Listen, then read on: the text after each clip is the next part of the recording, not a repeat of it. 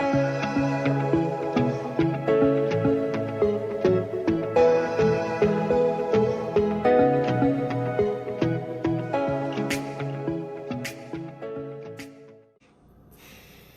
guys, it's me, Katie, from Saltwater and Soulfire, as you know.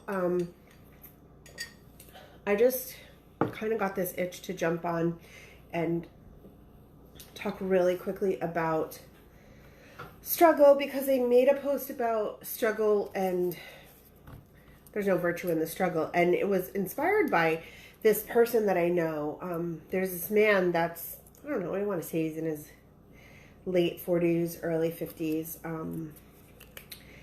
And he, every time I interact with him, I'm reminded of the fact that he feels very virtuous in his struggle. And by that I mean, he kind of looks around at his life, and it's fine. It's a fine life. He's, you know, he has an okay job and, an okay house and an okay car and an okay family, and everything's okay, and nothing about his life sets him on fire. Nothing, not anything. And he doesn't see that as a problem, and that's okay. Like, I'm not here to tell anyone what they should want in their life, but I also know from experience that, you know, it doesn't have to just be okay. And this is not a conversation I would ever have with him, because he's not in that space. But I feel like the fact that you guys are in this group with me puts you in that place where you might be ready to have this conversation or hear this information or start thinking about it, or maybe you already have quite a bit and blah, blah, blah. Anyway, I digress. So the situation is it's not that, you know, what I often see happening, and what I see with this man in particular who inspired my post, is that we're taught always, we don't know any different than to struggle, right? The mantra from the time that we're born and before is work hard, be good, be honest, do the right thing, have high moral standards, you know, follow the rules, work hard, do your best, all of these things, you know, and you'll have a successful life. And I'm not knocking working hard, and I'm not having standards, and I'm not knocking having standards, and I feel like all of those things are good. But what happens more often than not for most of us who don't have this other piece that I'm going to talk about in a minute is we work hard, we do good, we are honest, we check all the boxes, and we live in mediocrity, like this guy that I know.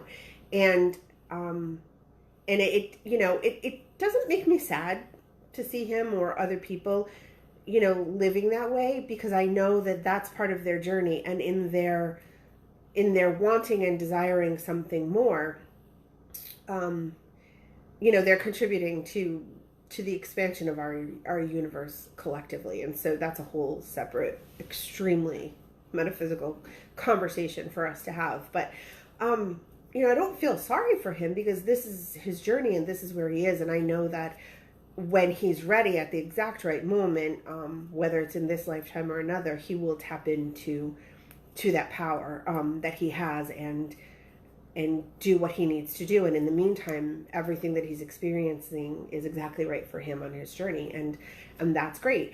And for those of us who are on this journey, and maybe we're experiencing mediocrity, or maybe we're on the edge and we're feeling like, I don't know, I don't think so, I don't think this is good, you know, I don't think this is all that there is for me.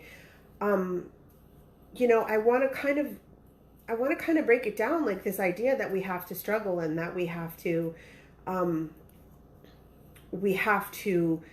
stay in that place. Because I think what happens is we check all the boxes, we do all the things, we follow all the rules, we work really hard, we do all the things we're supposed to do, and we end up in this place of like, is that really how I thought it was supposed to go? You know, I got the college degree, and I got the job, and I got the husband or the wife, and I've got the kids, and I've got the house, and I've got the car, and like, You know, when does it get easier? When does it get better? And as we sit in that place, one of two things can happen, you know, and sometimes one happens and then the other happens. And those two things are, we fall into a place of victimhood where we're like feeling sorry for ourselves that we've checked all the boxes and nothing's happening. And then it becomes, poor me, I'm just a victim of circumstance. Or even worse, like, poor me, God doesn't love me, and so now I'm being punished. And then sometimes we stay in that place of victimhood, and then sometimes we get angry. We get angry at being in that victim place, and then we shift into this sort of martyr, this martyr ideology, and we're kind of like, I do everything. I keep this whole earth spinning on its axis with all of the struggle that I go through every day, and all of the sacrifices that I make, and all of the ways that I serve everybody else. And I don't know how anyone would function without me. And when we get into that place, and we really get into either one or both of these places, you can kind of see maybe how that progression from victim to martyr might happen when you get to that place of having had enough of being a victim of your circumstances. You can see how that transition might take place, or, how you could fall into one or the other of those categories. But we do this because we just want to justify our struggle. Like, here I am treading water, trying to keep my head above, and I need to justify this because I don't know what else to do. I don't know how to get out of it. There's no light at the end of the tunnel, but somehow I need to justify why I'm here, because otherwise, what's the point? We feel like we need to explain ourselves and why we're here. And then what I also see happening is that we turn to this idea of humility to sort of explain where we are. Like, well, I'm just humble, and this is good enough for me. That's another way that this kind of plays out is, I don't want a lot. I don't need a lot. I'm very virtuous in my humility, and I don't need a lot. I just need what I have. As if wanting more is bad. And I just want to say that, you get to decide whether or not you're settling, and no one gets to tell you that what you want is too much or not enough. That's for you to decide. And only you, by going inside and really being honest with yourself, can decide if you're struggling and settling, or if you're struggling and truly happy. Although I'm not really sure that those two can coexist, but we often convince ourselves that they can. But you get to decide, like, is this truly what my soul is calling me to? Is this truly what I want in my life? Is this truly how I want my days to be, and my nights to be, and my seasons to be? Is this truly how I want my life to keep going and progressing? Am I truly happy with this? Or am I justifying my struggle, and am I justifying settling? And I just want to say to you, like, if you're justifying your struggle, if you're feeling virtuous in your struggle, like somehow you're good because you are struggling every day, and I'm not saying you're not good. That's so far from my point here.